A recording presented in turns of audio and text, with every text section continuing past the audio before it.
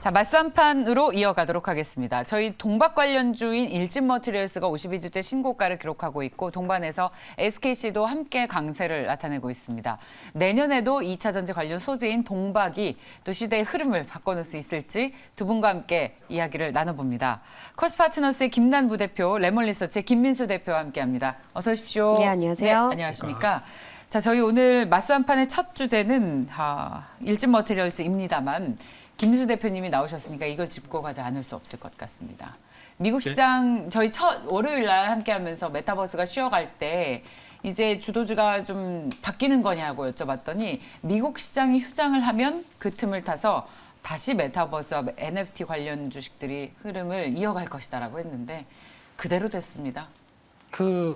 이런 건 기억 안 하시고 그냥 매매하시면 될 것 같습니다만, 네, 일단 분위기는 어제 수요일 날에 반전이 나왔는데, 이제 지금 분위기는 딱 그거 같습니다. 일단 코스피가 정체, 코스닥이 좀 더 활발하게 되는 과정이 나오면 또 시세는 이쪽으로 연장으로 보여지고 있는데, 지금 일단 아마 오전장은 또 갈피를 좀 잡는 정도로 봐야 될 것 같고요.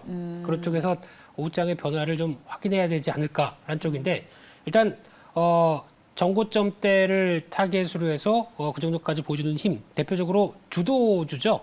다날, 게임빌, 위메이드 요 세 종목들의 흐름들 체크하시면서 나머지가 또 변화가 되는지 확인하셔야 될 것 같습니다.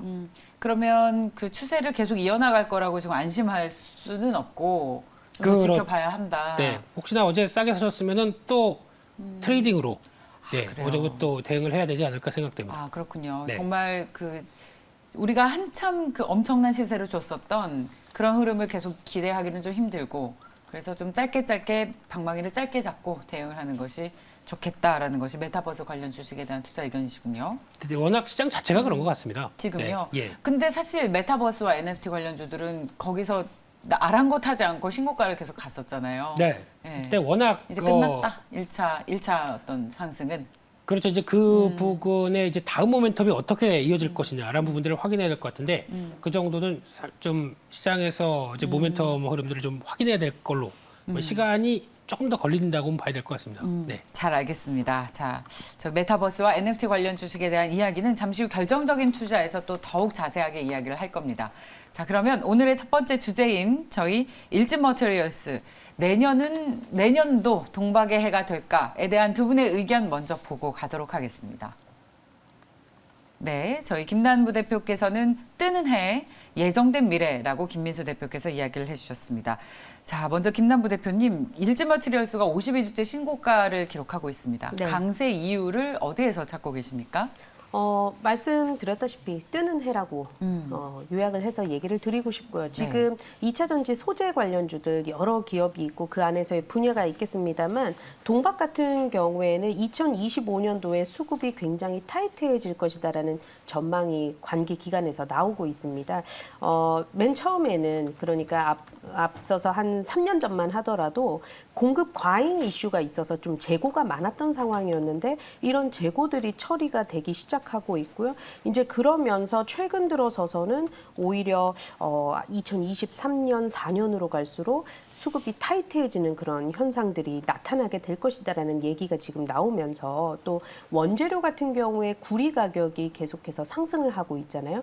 결국 이 구리 가격이 상승을 한다면 판매 단가에 있어서도 상승이 나타날 수 있겠다라는 얘기까지 더해지고 있습니다. 그런데 이게 원재료 가격이 올라간다고 해서 무조건 판가에 전가를 시킬 수 있는 상황은 아닌데 이 동박 업체들 같은 경우에는 진입 장벽이 굉장히 높다 보니까 이 구리를 얇게 만드는 그 기술에 있어서 전기분해 기술을 가지고 얇게 만듭니다. 이렇게 만들 수 있는 기업들이 그렇게 많지 않아요. 전 세계적으로. 국내에서 세 군데의 기업이 무려 이 세계 시장을 또 장악을 하고 있기 때문에 굉장히 기술 난이도가 쉬워 보이지만 참여하는 기업들이 많지가 않고요. 그렇다 보니까 수급이 타이트해지는 상황에서는 판매 단가를 올릴 수 있는 소위 말해서 갑의 위치에 올라갈 수 있는 그런 해가 다가오고 있다라는 거죠. 그런 측면에서 저는 뜨는 해라고 좀 표현을 드렸었고요. 앞서서 우리가 2차 전지 관련주들을 투자를 할 때에 관련주들이 또 많이 올랐기 때문에 네. 조금 올랐다 싶으면 전고체 전지 이슈가 또 나오기도 하고 또 내재와 관련한 이슈가 나오기도 하는데 그런 이슈 보도에 있어서 상대적으로 좀 자유로울 수 있는 그런 소재 관련주들 안에서 동박이 꼽히는 것 같아요. 그리고 그 사이즈 자체가 굉장히 크기 때문에 그런 점을 저는 또 주목을 하고 싶고요. 수급 타이트한 현상에 대비를 해서 지금 관련 기업들이 또 대규모 증설에 나서고 있는 그런 상황입니다. 관련 기업들이 또 현금을 또 많이 들고 있기 때문에 이 캐파 증설에 있어서도 속도를 좀 빠르게 내비치고 있는 그런 모습들이 확인이 되고 있고요. 이렇게 된다면 22년, 23년 생산량도 늘어나면서 여기에 판매 단가 이슈까지 인상 이슈까지 더해진다 그랬을 때에는 추가적으로 지금도 좀 다소 많이 오른 것처럼 느껴지시겠지만 앞으로 더 오를 그런 이제 구간대가 많이 남아 있지 않을까 그런 측면에서 사실 새로운 이슈는 아니지만 저는 뜨는 해라는 그런 이슈를 붙여봤습니다. 네, 자 저희 김민수 대표께 여쭤보도록 하겠습니다. 내년에도 이 전지박 수요가 강할까요? 여전히 이 관련주들이 동박의 해가 될 수 있겠습니까? 네, 그럴 것 같습니다. 5년 동안 공급 우위 시장이라고 얘기하고 있고 수요 자체도 2025년 대비해서 올해에 한 3.5배 늘어야 된다고 합니다. 네, 그러면 3.5배나요. 네, 예. 그러면 지금 업체들이 빨리 증설을 해야 되겠죠. 이게 가장 큰 관건이고 증설을 하게 되면 그에 따라서 보여주는 이제 증설 같은 이슈는 그렇지 않습니까? 이제 수요가 있기 때문에 우리가 자신 있게 설비를 늘리겠다 이런 상황들로 보이는데 지금까지 동박 시장을 보게 되면 일본 업체들이 꽉 잡았었습니다. 과거 한 3, 4년 정도까지는 일본 업체들이 거의 다 싹쓸이 했는데 그때 치고 나온 게 중국 업체들이죠. 근데 중국 업체들의 동박은 원래 동박이 얇아야 되는데 네, 묵직하고 두껍습니다. 네, 이게 무슨 동박입니까? 그래서 그렇죠. 동박은 그냥 구리로 만든 정말 얇은 판이라서 2차 네. 전지에서 응급제를 이렇게 살짝 감싸줘야 되는데 네, 뭐 햄버거 패티도 아니고. 네. 그래서 본연의 역할을 못하는 거 아닙니까? 그러면? 그쪽에서 근데 네. 이 중국 업체들이 저품질 저가를 가지고 한 그렇죠. 60% 이상 치고 올라왔었죠. 음. 그런데 여기서 일진머티리얼즈와 SKC가 시장 점유율을 고품질 고가격대에서 치고 들어오기 시작하면서 의미 있게 한 20% 이상 점유를 하다 보니까 거기서 이제 변화가 나오고 있는 또 하나의 섹터라고 보시면 될 것 같고요. 그러다 보니까 일단 SKC죠. SKC는 SKC 넥실리스가 자회사로 두면서 담당하는데 여기도 폴란드에 증설합니다. 그런데 지금 2024년이니까 한 3년 정도 뒤 가게 되면 한 10만 톤 정도 증설하고요. 일진머티리얼즈도 보면은 일단 2023년까지 12만 톤 조금 더 빠르게 얘기를 하고 있는데 SKC 쪽보다는 좀 빠르게 얘기를 하고 있는데 좀 더 구체적인 계획이 아직 안 나왔다라는 쪽이긴 하지만 여전히 증설을 하겠다고 얘기하고 있고 최근에는 또 MSCI 리뷰 네. 쪽에서 들어갔던 부분들도 있고요. 예. 또 세 번째 솔루스 첨단 소재죠. 이쪽도 테슬라에 공급한다는 얘기 나오고 북미 공장 진출한다 얘기 나오면서 최근 들어서 또 한 번 급등을 했다가 약간 또 다시 움직이려고 하는 모습들이고 마지막 업체가 고려아연입니다. 고려아연도 이 동박을 만드는 과정이 아연 재련과 거의 유사하다고 합니다. 그래서 지금 전해 동박 관련돼서 이제 이 사업을 진출하겠다고 하는데 내년이죠. 내년 연말쯤 되면은 양산을 시작할 거로 보여지는데 조금 물량이 좀 적습니다. 13,000톤 정도다 보니까 생각보다 그렇게 크지는 않죠. 그런 쪽에서 아마 지금 분위기로 보게 되면 그래도 시장 1, 2위 쪽을 다투는 쪽에 봤을 때 일진머티리얼즈 특히 이 회사는 순수 동박 업체죠. 그러다 보니까 거기에 좀 더 무게를 두면서 지금 움직이는 변화가 나오지 않나 싶습니다. 네. 그러면 두 분께서는 이 동박 관련주 가운데에서 뭘 가장 대장주로 보고 계신지 궁금합니다. 근데 2차 전지로 좀 넓혀볼까요? 키워드를? 네. 두 분께서는 2차 전지 관련 주식 중에 무엇을 담을지 두 분의 의견 보고 가겠습니다. 네. 자, 저희 김남부 대표께서는 대주전자 재료 그리고 김민수 대표께서는 유일에너테크를 꼽아주셨습니다. 어떤 내용입니까? 네, 2차 전지라는 이제 큰 키워드 범주 안에서 보면 대주전자 재료도 뜨는 해가 될 수 있지 않을까라고 보고 있습니다. 실리콘 음극재를 만들고 있는 회사인데 상용화를 한 회사가 거의 많지 않습니다. 이 회사가 이제 세계 최초로 LG 에너지 솔루션에 이 실리콘 음극재를 2019년도에 이제 납품을 하기 시작했는데 현재는 흑연계 음극재가 거의 시장을 장악을 하고 있습니다. 아직까지는. 그런데 이 흑연계보다 실리콘 음극재로 간다고 했었을 때 기술이 어려워서 그게 문제지 소재비 상승이나 이런 부분에 있어서 큰 변동은 없고요.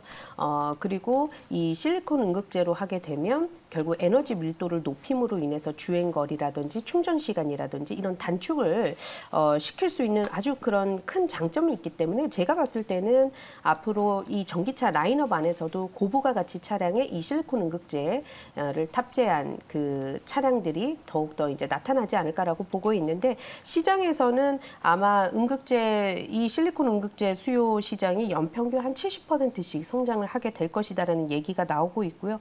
4년 후에는 3% 지금 전체 음극재 가운데에서 아직 3%밖에 차지하지 못하고 있는데 15%까지는 늘어나게 될 것이다.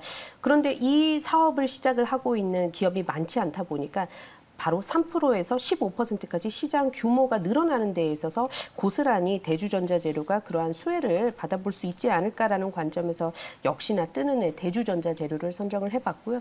동박 안에서는 앞서서 잠깐 언급을 하셨는데 순수 동박업체 일진머티리얼즈 같은 경우에는 동박의 가장 예민한 주가 변화 움직임을 보여줄 수 있다라는 측면에서 정말 동박이라는 시장의 성장성에 꽂힌 투자자분들이라고 하신다면 여러 가지 화학이나 소재 사업을 하고 있는 SKC 물론 그 생산량이나 증설 캐파나 이런 속도가 가장 빠르게 진척을 보이고 있기는 합니다만 일진머티리얼즈에 조금 더 주목을 해봐야 되지 않을까라고 개인적으로 생각을 하고 있습니다. 네, 자 대주전자재료를 봐주셨고요. 그리고 김민수 대표께서는 유일에너테크 어떤 논리로 접근하고 계세요? 네, 안 올라가서 그렇습니다. 네, 다른 요즘 업체들 보면 2차 전지 소재 관련된 쪽 다 올라서 다 올랐죠, 다 올랐죠. 저 고공행진하고 있는데 네. 저기서 사라고 말씀드리기가 좀 그래서 트레이딩 영역 같고요. 예. 이 회사는 쉽게 말씀드리면은 별로 실적 안 좋습니다.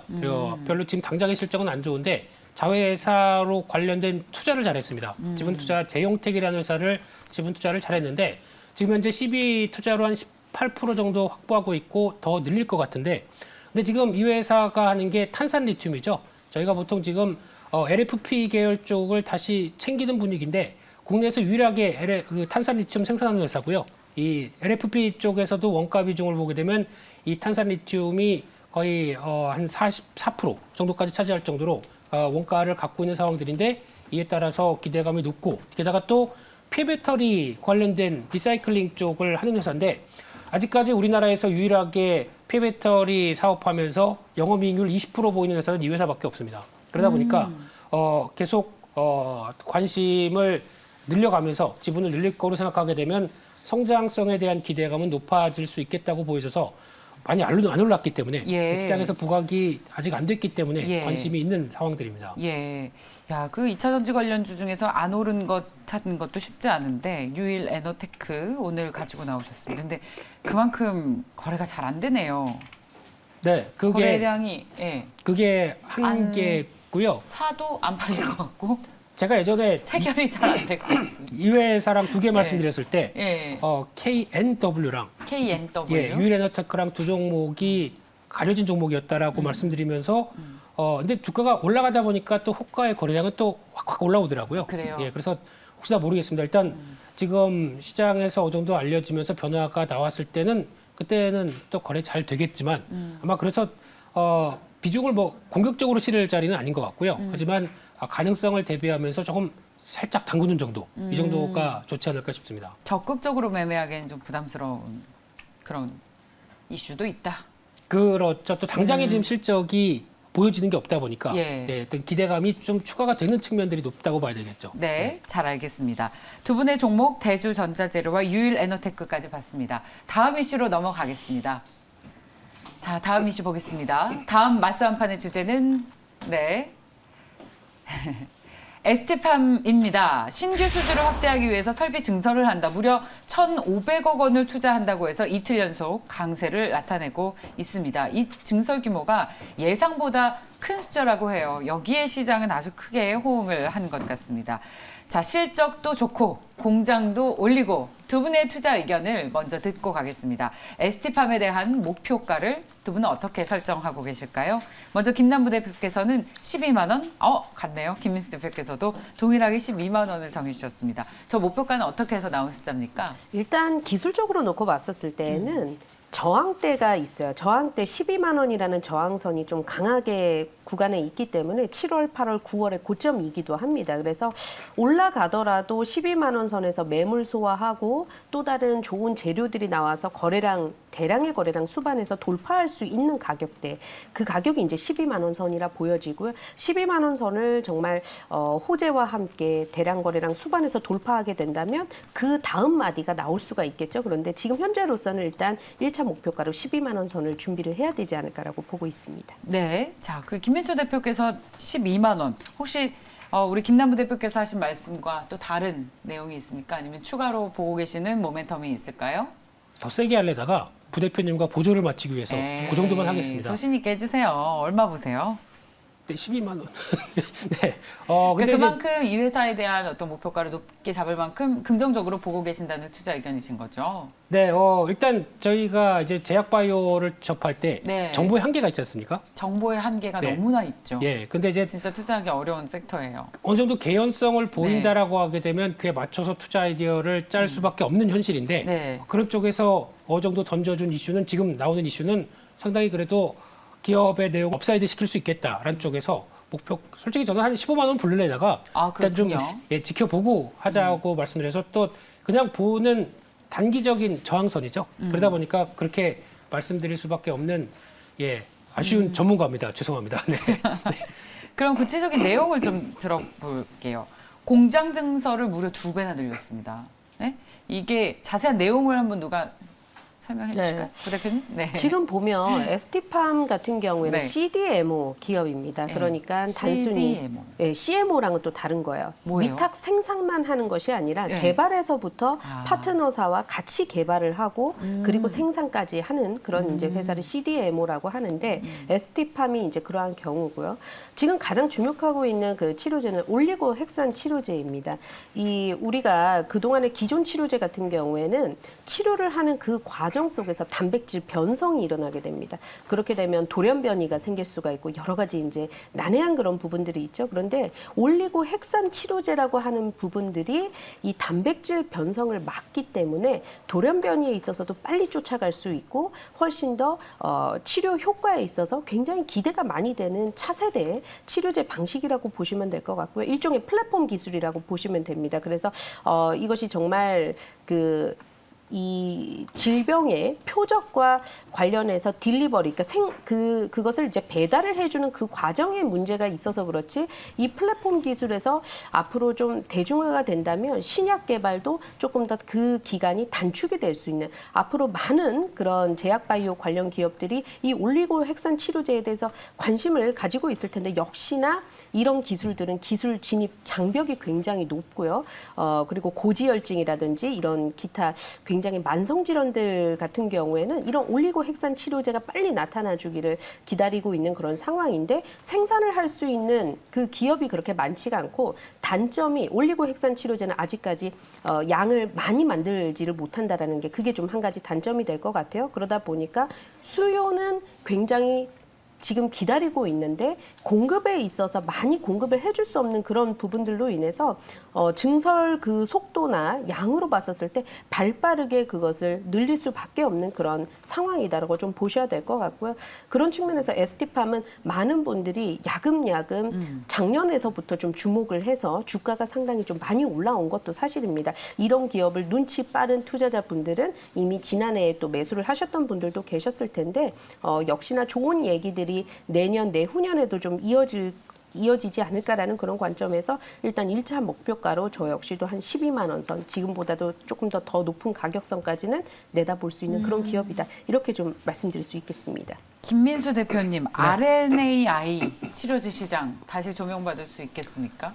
이 회사가 보다 보니까 그 핵산 치료제의 진심입니다. 핵산 치료제. 네, 벌써 유럽의 CRO라고 하는 임상 시험 수탁 기관 업체들 2개 인수했고요. 스페인하고 하나 어디죠? 인수했고 미국의 바이오텍 진출하고. 적극적이네요. 네, 그러다 보니까 시장에서 예상하기는 당연히 이제 세포치료제 앞으로 커질 시장이다 보니까 증설을 하겠는데 그보다 훨씬 큰 규모 1,500억 했다라는 쪽이 아무래도 부각을 더 받는다고 봐야 될 것 같고요. 그렇게 되면 지금 모 애널리스트가 추정하기를 지금 세포치료제는 앞으로 커질 수밖에 없는 시장인데 아마 지금 이제 증설해서 2030년 가게 되면 원료 공급하는 게 1조 원까지도 매출 나올 수 있다라고 얘기를 하는데 CMO 쪽에 보수적인 영업이익률 한 30% 잡으면은 3천억 연간 나오는 수준이죠. 네. 그러면 시총이 얼마가 될까요? 라고 하는 물음에서 이제 시작된 오늘의 주가의 탄력이라고 봐야 될 것 같고요. 그러다 보니까 이런 부분들이 근데 아직 좀 시간은 걸립니다. 지금 1단계 완성이 2024년이고요.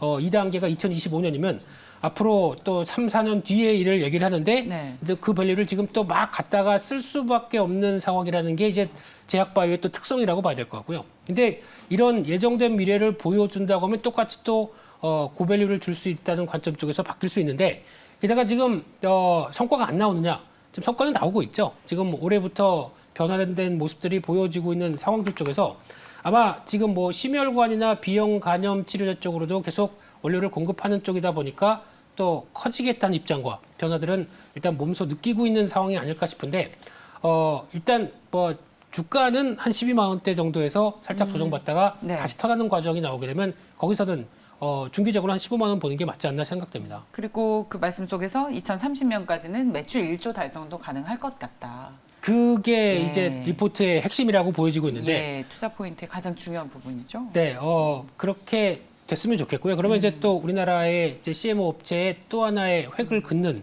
모습이 아닐까 싶기 때문에 네. 이 세포 치료제 관련된 쪽은 또 계속 봐야 될 것 같습니다. 네. 네. 자, 그런데 우리 제약바이오주들의 흐름이 요즘 그 부침들이 좀 있죠. 그리고 뭐 그 셀트리온도 그랬고 어제 신풍제약을 비롯한 또 시젠도 그렇고 이 회사 내에 어떤 노이즈가 계속 발생을 하고 있습니다. 그래서 투자하는 데에 상당히 그 심리적으로 일단 부담을 좀 느끼고 들어가는 부분이 있는데 그래서 저희 그 제약바이오주 주가 동향, 이 최근 동향 전반적으로 투자 의견을 어떻게 가져가야 하는지 두 분의 의견을 좀 들어보고 싶습니다. 자, 저희 김남부 대표께서는 시기가 아쉽다. 그리고 김민수 대표께서는 종목별 차별화가 이제 있다라는 말씀을 해주셨는데, 자, 김남부 대표님 어떤 내용일까요?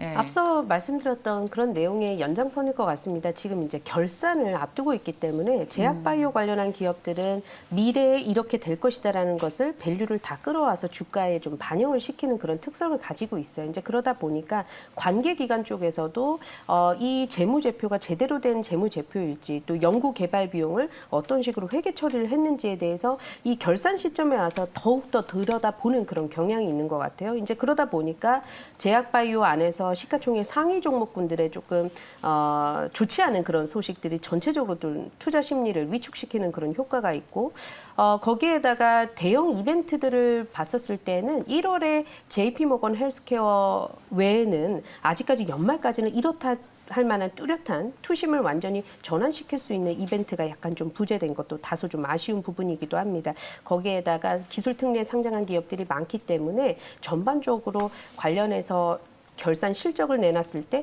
이 실적에 있어서 자유로울 수 있는 기업들이 그렇게 많지 않아요. 제약바이오 관련해서.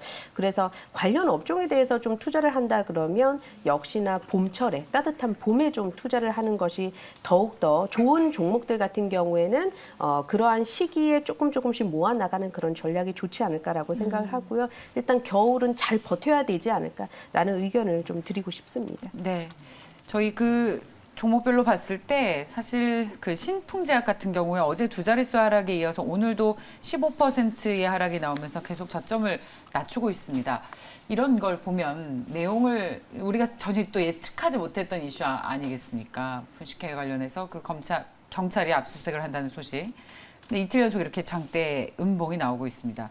그래서 종목별 차별화라는 의견을 그래서 주신 것 같은데 그래서 어떻게 해야 될까요? 아예 처음부터 제약바이오주는 그래서 투자 의견 자체를 어떻게 가져가야 될지 이 업종 자체에 대해서 고민을 들게 하는 이런 이슈들이 계속 나오니까요. 솔직히 제약바이오는 네. 모르면 안 하시는 게 좋습니다.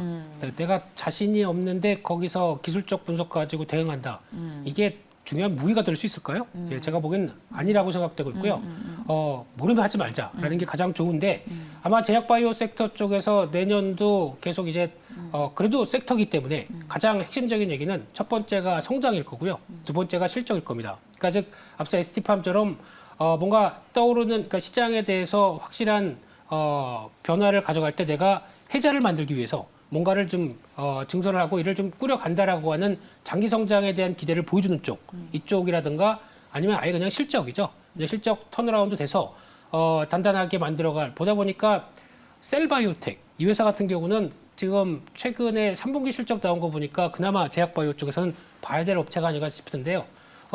마이크로바이옴 이거죠. 네, 네, 미생물, 네, 유산균, 마이크로바이옴. 네. 네. 옴이 끝에가 길더라고요. 네. 그래서 이런 회사들 같은 경우 예. 벌써 이제 수출 쪽에서 턴하기 시작하고 변화가 나오게 되면 그동안 많이 무거웠던 흐름들 쪽에서 변화가 나올 때 이런 흐름들도 나온다라고 하게 되면 차라리 이런 특별한 변수가 특별한 어떤 강점이 있는 쪽에 부각을 받지 않는 이상은 그냥 어떤 어지간해서는 시장 흐름들만 따라다닐 수밖에 없기 때문에 네. 이런 쪽은 좀 지양하시고 보이신다고 하게 되면 이왕이면 실적도 챙기면서 제약바이오 업체를 보는 게 맞지 않나 싶습니다. 네. 네, 자 저희 시청자분께서 지적을 해주셨는데 분식회계는 셀트리온이고 신풍제약은 횡령건이죠. 네, 참고하시면서 전략 세우셨으면 좋겠습니다. 저희 맞수한판 ST팜까지 봤습니다. 코스파트너스의 김남부 대표와 레몬리서치의 김민수 대표 함께했습니다. 말씀 잘 들었습니다. 감사합니다. 고맙습니다.